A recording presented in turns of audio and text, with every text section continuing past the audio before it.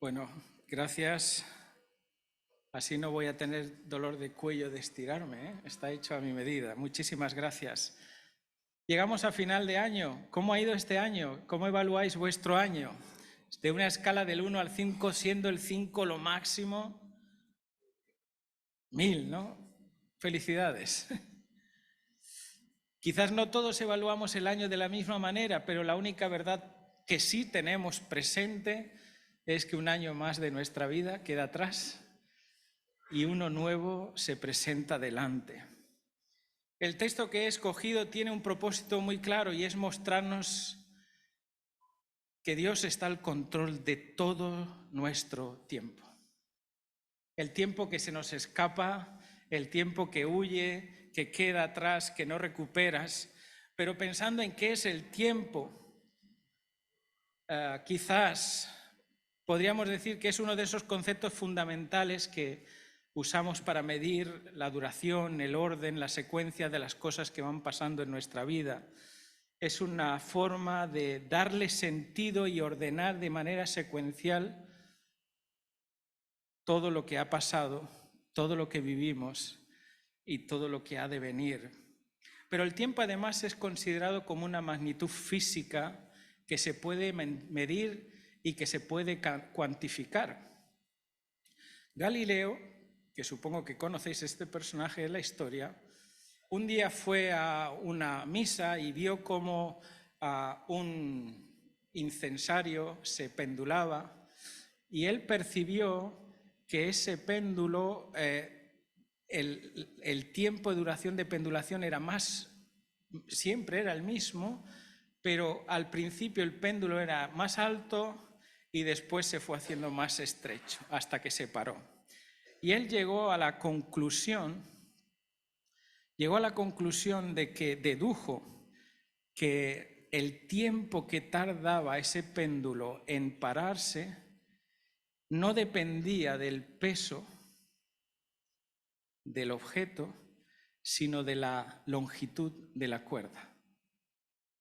Hasta su momento el tiempo se medía en pesos, pero Galileo fue el primero en medir el tiempo en la métrica de longitud. De hecho, al final de sus días, ideó construirse un reloj de péndulo. Finalmente, en el año 1673, sabéis, eso se hizo realidad. El señor Hughes construyó su reloj llamado el Horologium Oscillatorium, que era un reloj de péndulo. Encontró que el medir el tiempo en longitud era más preciso que medirlo en peso. Y este fue la primera partida o el primer punto de partida para trabajar en el concepto de mediciones de tiempo. Newton, que fue otro hombre, además espiritual, religioso, que fue otro hombre que trató de concebir las realidades que vivía en este mundo y se le atribuye el conocimiento de la famosa manzana, ¿no? Y la ley de gravedad, pero Newton también presupuso muchas otras cosas. Entre ellas, él descubrió que si ataba una cuerda a un caldero, lo llenaba de agua y giraba el caldero, la velocidad del giro del caldero no afectaba al agua, que permanecía plana. Pero con el tiempo, tanto la velocidad del agua como la velocidad del caldero parecía hacer la inversión. El caldero parecía quieto y el agua parecía dar vueltas. No sé si me hago entender, pero cuando tú ves una rueda del coche que parece que va avanzando hacia atrás, ¿la habéis visto que a veces parece que va hacia atrás? Es cuando lo que hay dentro pesa más o produce más energía que lo que está fuera. Y entonces Newton dijo, por eso el agua, cuando llega a su aceleración máxima, se curva. Y él llegó a la conclusión que el centro del universo es esa curvatura y que el centro del universo está en paz. Y a este lugar él le llamó los señoríos de Dios. Dijo algo más, Dios no es eternidad, no es la eternidad y la infinitud, porque a veces definimos a Dios como eso, pero Newton dijo, Dios no es la eternidad y la infinitud, sino que Dios es eterno e infinito. Y esta postulación es bien distinta. No es la duración y el espacio, sino que dura y que está presente siempre. Dura siempre, está presente siempre y llena todas las partes y se constituye en todos los tiempos. Y si tuviésemos más ganas de complicarnos la vida y empezar a hablar del tiempo relativo y absoluto de Einstein, pues ya nos complicaríamos mucho más la cosa, de lo cual no soy muy ducho. Prefiero quedarme con cómo afecta el tiempo a mi persona. No deja de sorprenderme cómo un principio tan evanescente y tan fugaz como el tiempo pueda salpicar y empapar todas las áreas de nuestra vida. Cada pensamiento que tenemos en torno al tiempo, y quizás el problema no sea el tiempo, sino que sea la perplejidad que tenemos ante tener fecha de caducidad. Quizás lo asombroso del tiempo no es que discurra, sino que yo soy finito. Desde que nazco hasta que muero, sé que en algún momento dejaré de existir. Y en realidad no fuimos creados de ninguna manera para dejar de existir, sino Dios puso en el corazón del hombre eternidad. Ansiamos eternidad y deseamos permanecer en este lugar. Los años no son sino más un punto más, un centímetro más, un peso más, no sé cómo definirlo, pero es algo más en nuestra línea temporal que queda atrás.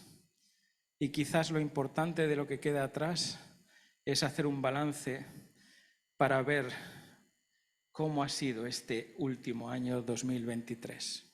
Si recordáis cómo comenzasteis este año, seguramente con ilusión, con deseos, con ganas, y nadie, sino solo el cielo, sabía lo que ibais a enfrentar en este año. Luchas, desafíos, bendiciones, pérdidas.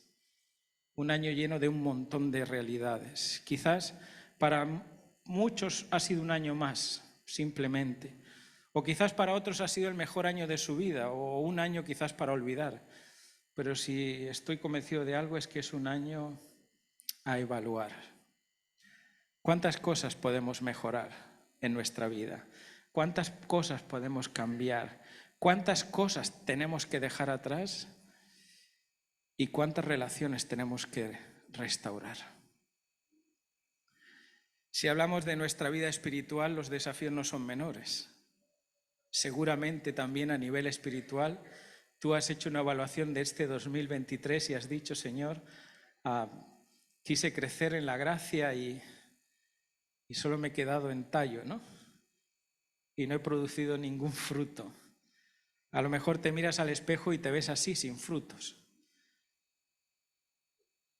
Pero los desafíos siguen siendo igual de grandes y ante esos desafíos el texto de Apocalipsis 1:8, yo soy el alfa y el omega, el que es, el que era y el que ha de venir. Y Dios me recuerda que el tiempo no es algo que pertenezca al hombre, sino es algo que le pertenece a Dios. Y lo único que debe preocuparnos a los hombres es rellenar nuestro tiempo de existencia en esta tierra de lo único que permanece para siempre y de lo único que tiene eternidad, que es Dios. ¿Sabéis? Cuando hablamos de Jesús y pensamos en cómo Él es fue, es y será, y nos acercamos a las promesas que había en la Biblia acerca de su venida. Por eso he titulado este sermón Un hombre lleno de promesas. ¿Sabéis cuándo se escribe una biografía? Generalmente la escribimos casi siempre al final de la vida de la persona. Pero hoy os voy a hablar de una biografía que fue escrita antes de que la persona existiera. Y esa biografía hablaba del Mesías. del único que tiene eternidad y mantendrá eternidad. El doctor James Stranger de la Universidad del Sur de Carolina estaba tan impresionado con estas profecías que calculó una fórmula matemática muy específica para ver cómo todas esas profecías se cumplían en Jesús. ¿Cuál era el grado de probabilidad para que todas esas profecías se cumpliesen?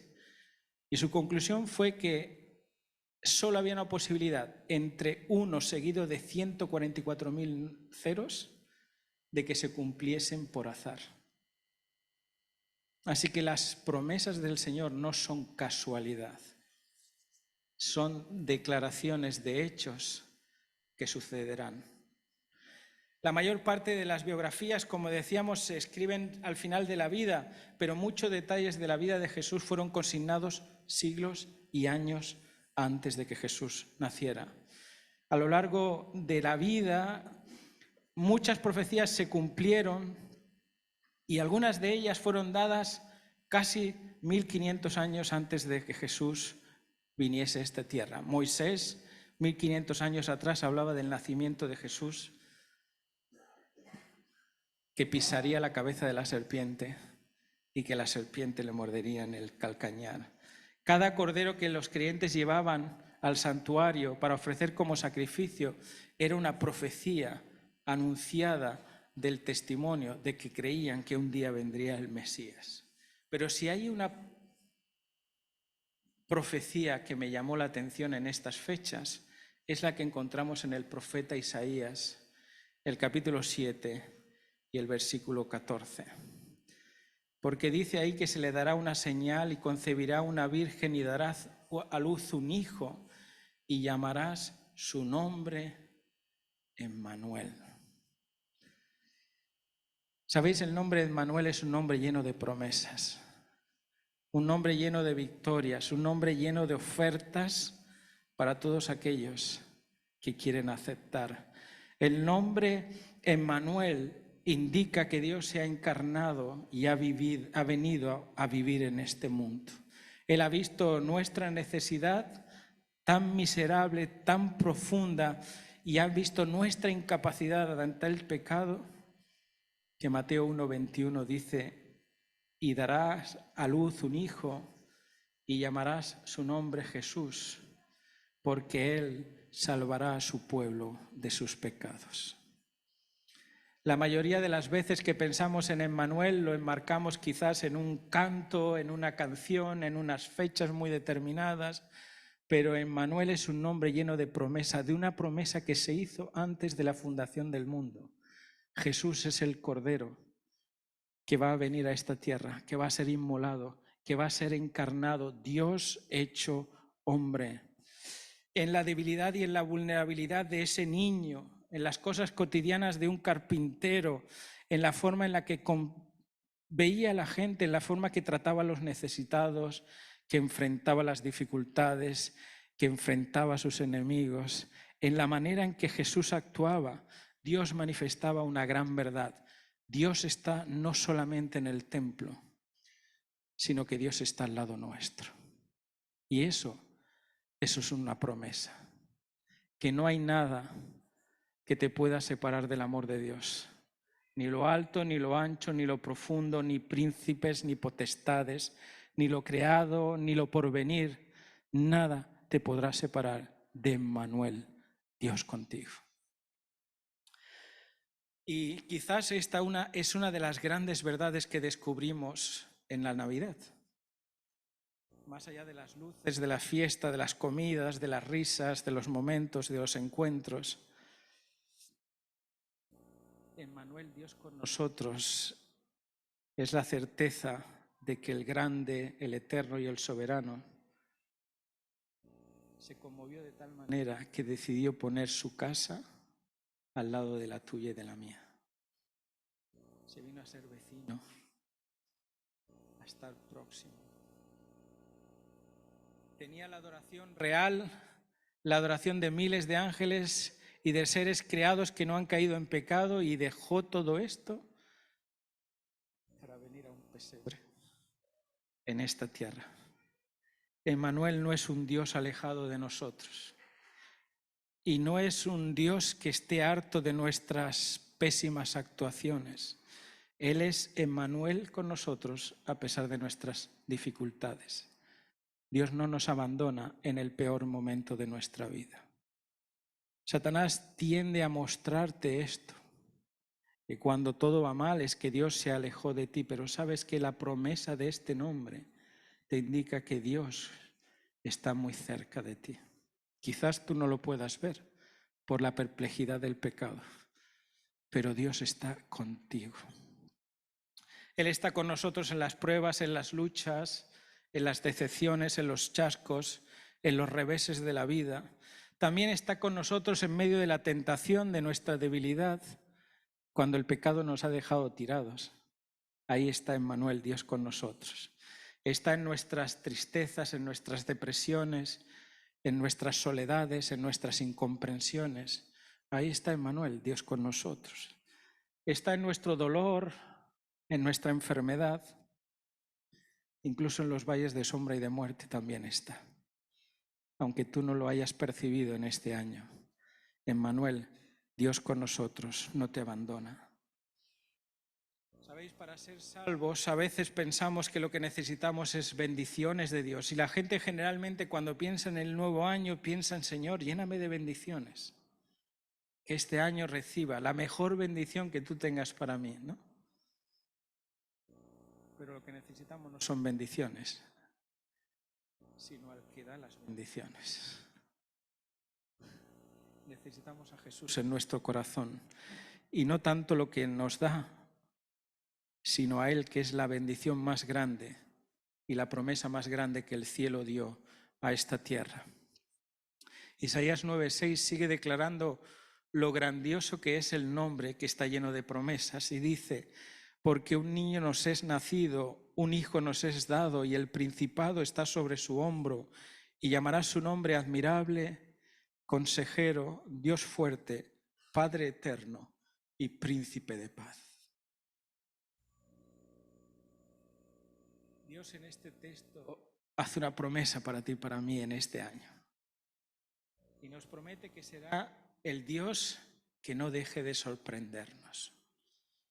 Por eso llamará su nombre admirable. ¿Qué es algo admirable? Es algo inusual, algo nuevo. Y Jesús tenía siempre cosas nuevas. Jesús sorprendía con su enseñanza, dice Marcos 1:22, enseñaba como los que tienen autoridad y usaba palabras viejas con símbolos nuevos para ellos. Jesús fue pionero, admirable en la manera de presentar amor al mundo.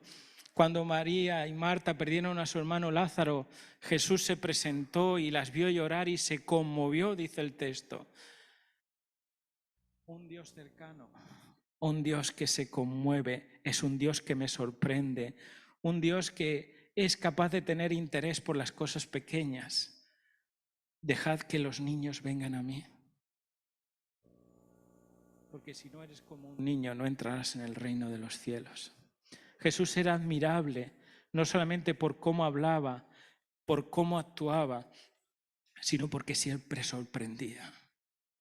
Yo no sé si Dios te ha dejado de sorprender o tú te has dejado de sorprender con lo que Dios hace en tu vida. Pero cada acto, cada cosa que pasa en tu vida no es casualidad. Y no es que Dios te manipula para dirigirte a todos los lados, porque no creemos en la predestinación. Pero Dios está procurando el bien, cosas que ni te imaginas para ti en este año. Jesús fue sorprendente también en su sacrificio, porque en el momento en que lo estaban crucificando, fue capaz de elevar una oración diciendo: Padre, no se lo tengas en cuenta. Jesús me sorprende en tantas cosas, por eso es un nombre admirable. Pero también será en este año un Dios que nos guiará, porque le llamarán su nombre consejero. ¿Cuántas veces en este año has pedido consejos a Dios? ¿Y cuántas veces, habiendo sido impresionado por el Espíritu Santo con esos consejos, has seguido tu propia decisión? ¿Cuántas veces lo he hecho yo? ¿Y cuántas veces lo has podido hacer tú? Pero este año Dios se presenta a ti de esta misma manera. Quiero ser tu consejero. Isaías 11:2 dice: en él reposa el Espíritu de Jehová, espíritu de sabiduría, espíritu de inteligencia, de consejo y de poder, espíritu de conocimiento y de temor de Jehová. Él es el único que te puede dar un gran consejo, el mejor consejo. Los amigos, las amistades, las capacidades intelectuales que puedas tener pueden parecer buenos consejos. Pero si quieres un consejo de alguien admirable, busca a Jesús en este año. Además, Dios quiere ser nuestra fortaleza, porque vendrán momentos duros y difíciles durante el 2024, seguramente, porque mientras estemos en este mundo de pecado es imposible que no tengamos tropiezo. Pero Colosenses 1:11 nos recuerda esto, que somos fortalecidos con todo poder conforme a la potencia de su gloria. Y por eso tú tienes que estar convencido de que no vas a estar solo. El Dios fuerte acampa alrededor tuyo y protege a los que creen en Él y confían en su nombre. Pero además Él quiere ser tu Padre. Quiere ser tu Padre que te ama, es tu Padre eterno. Somos padres, muchos de los que estamos aquí. Y a pesar de que nuestros hijos a veces tomen decisiones desatinadas, el amor es capaz de permanecer inalterable, a pesar de lo que haga lo separe de mí. Seguramente hemos hecho algo que nos ha separado de Dios, pero sabes una gran verdad, este nombre que está lleno de promesa te dice que el amor de Dios sigue estando inalterable en relación a ti. Que no hay nada que hayas hecho que haya cambiado el pensamiento que Dios tiene en ti, sino que Dios te ama no por lo que haces, sino por lo que eres. Y es que eres su hijo. A pesar de todo, eres su hijo. Por eso se presenta como el alfa y el omega, porque Él es el primero y el último. Eres la causa y el fin de todas las cosas. El alfa y el omega solamente se le da a aquel que posee, el que tiene vida en sí mismo y en que permanece inalterable e infinito. Mateo 28:20 dice: yo estaré con vosotros todos los días hasta el fin del mundo. ¿Tú crees esto, hermano? Yo estoy con vosotros todos los días hasta el fin del mundo, porque soy tu Padre eterno. Si necesitas un padre en este año, hay alguien que te va a amar como nadie en esta tierra. Con todos los padres y las madres de esta tierra nos podrán fallar, pero nuestro Padre eterno siempre estará. También quiere ser nuestro gobernante, el que quiere arreglar y gobernar nuestra vida. Y hablando de gobernar, quizás los hombres somos malos gobernantes, intereses, motivos ocultos quizás en todos nuestros dirigentes. Pero Jesús quiere gobernar tu vida. Por eso se presenta a ti como el príncipe de paz y llamarás su nombre príncipe de paz. Jesús es el príncipe y es el gobernante, pero gobierna no por la fuerza, sino por el amor, la misericordia. Su gobierno es gobierno de paz. Los ángeles dieron un mensaje a los pastores en Belén y comenzó diciendo esto: gloria a Dios en las alturas y paz en la tierra a los hombres de buena voluntad. Y a diferencia de los demás, Jesús ofrece una paz no como la que el mundo da, sino como yo la doy, que es distinta. Y Romanos 14:17 dice que el reino de Dios es mucho más que comida y bebida, es justicia, paz y gozo en el Espíritu Santo. Además, el gobierno de Dios en nuestra vida va a producir un efecto beneficioso para ti y para mí, porque el gobierno de paz promueve paz. Y dice Mateo 5:9, bienaventurados los pacificadores, porque ellos serán... ¿Qué? ¿Qué serán los pacificadores?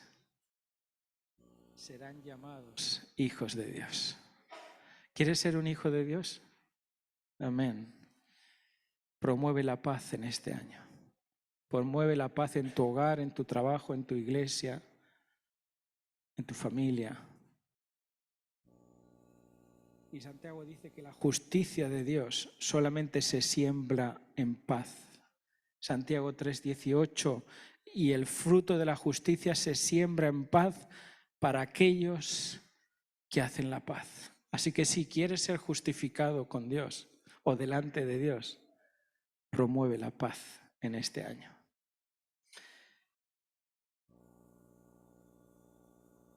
Un nombre lleno de promesas. Y me pregunto, ¿qué es una promesa? Sabéis todos lo que es una promesa, pero quizás no sabemos definir qué es una promesa. Y aunque todos lo sabemos, pues a veces cuesta definirla. Sí, pues todos hemos hecho promesas, hemos recibido promesas, pero ¿qué es una promesa? ¿Es una palabra? ¿Es un compromiso? ¿Es una garantía de pago? ¿Es un deseo? ¿Es un pacto? ¿O son todas esas cosas juntas? En la Biblia la palabra promesa no tiene un significado muy definido, pero en el Nuevo Testamento, cuando habla de las promesas de Dios, la palabra griega que usa es evangelia, que se parece a anuncio, a evangelio. Es anunciar, prometer algo que no nos corresponde, pero que nos quiere ser otorgado. Una promesa no es un pago. Si te portas bien, yo te doy. Eso no es una promesa, eso es una condición. Una promesa es lo que no te mereces, pero te doy mi palabra de que lo vas a recibir. Quizás la frescura de un año pues genera en nosotros cierta emoción, esperanza y una anticipación que está por aquello que está por venir, ¿no? 12 meses. 12 meses para llenarlos de algo bueno y mejor. ¿Y cómo voy a conseguir desarrollar todas las potencialidades que Dios tiene para mí en esos 12 meses? Cuando las circunstancias que me rodean puedan parecer las de siempre.